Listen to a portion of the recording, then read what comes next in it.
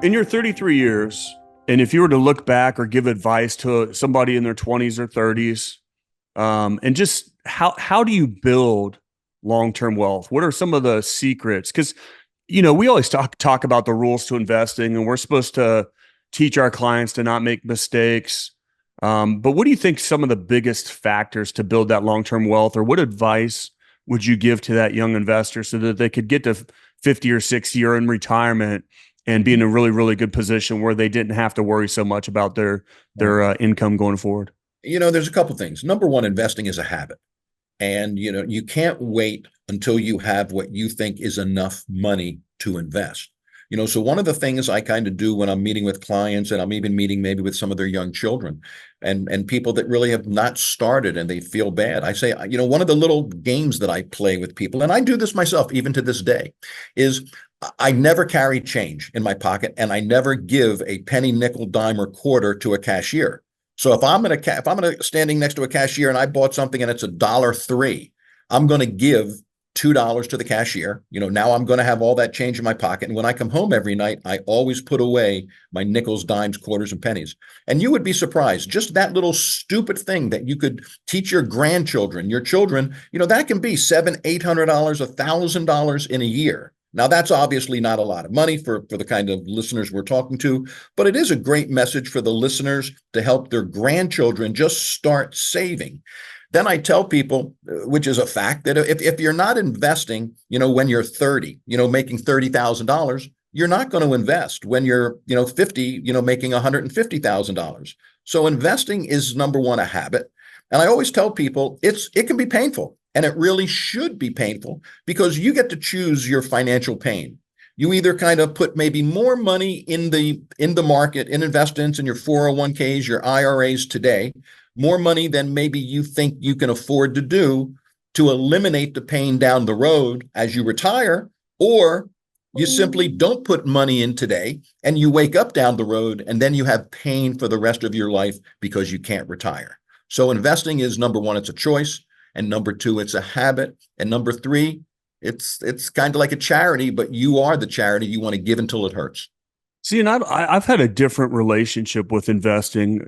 Pilots are really, really good at procrastinating. So I talk to a lot of my clients about forced discipline. Sure. And I don't care if it's $50 a month or $5,000 a month, but you got to set something where it's automatically coming out of your checking account and going into an investment vehicle, whether that is a retirement vehicle or just a taxable investment account.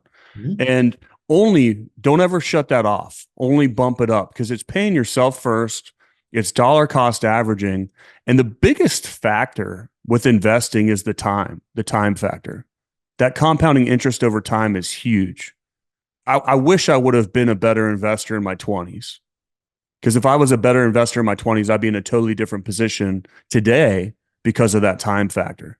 And one of the other things I always say is, what's 10% of $100,000, Lee? Let me say, it's 3,500, right? How's my math? So when I think about that, and I'm only using 10% simply because it's easy math, but if I had $100,000 invested and I made 10% off that money, that would be $10,000 that I made that year for doing nothing. That Absolutely. Just letting my money work for me. Right. So I think that sounds great, but what's 10% of $1 million? It's a big number, my friend. That's $100,000 in 1 year, and then it compounds. And so what I think about that is it's called the snowball effect. Okay. It takes a long time to get to $100,000 saved or invested. It takes a long time to get to $1 million. Okay. But the bigger the snowball you make, the earlier in your life, then 2 million comes really fast because of that compounding interest. So the earlier you build that snowball, by the time you get in your 50s and 60s, if you've done it right, you're in the power position at that point because of that compounding interest. That 10% of whatever portfolio you built is spitting out a lot of money every single year. Absolutely. And like I say, give till it hurts. Maybe it's 10%, maybe it's 15%.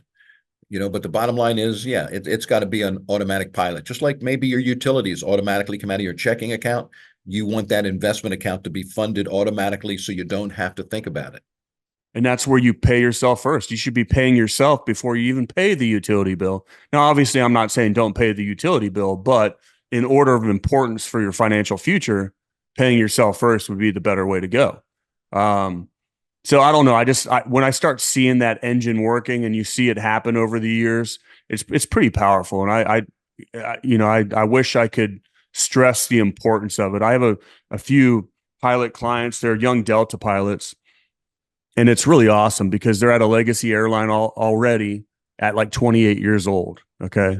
And normally, historically, you didn't get onto a big legacy airline until you were like late 30s, early 40s was what it used to be because you had to fly all these hours to get hired. Well, there's been such a hiring boom where these 28-year-olds are making really good money in their 20s and they're being very, very aggressive at putting this money away. Right. And I just know that they're going to live this amazing lifestyle because they're being aggressive early. And I wish everyone could see the power of that because the longer you wait, those investors that wait till they're in their late 40s, early 50s, and they go, oh crap, I need to start saving for retirement. The amount that they have to put away is so Right. much, the pain is so much more at that point because the Right. time factor's gone. And it speaks again, to the power of an advisor. So often I would meet people that would come into my office, kind of right after maybe the 2008 crash and what have you. People that didn't have advisors, and they were telling me that they've stopped investing in the market because 2008, and they were worried and what have you.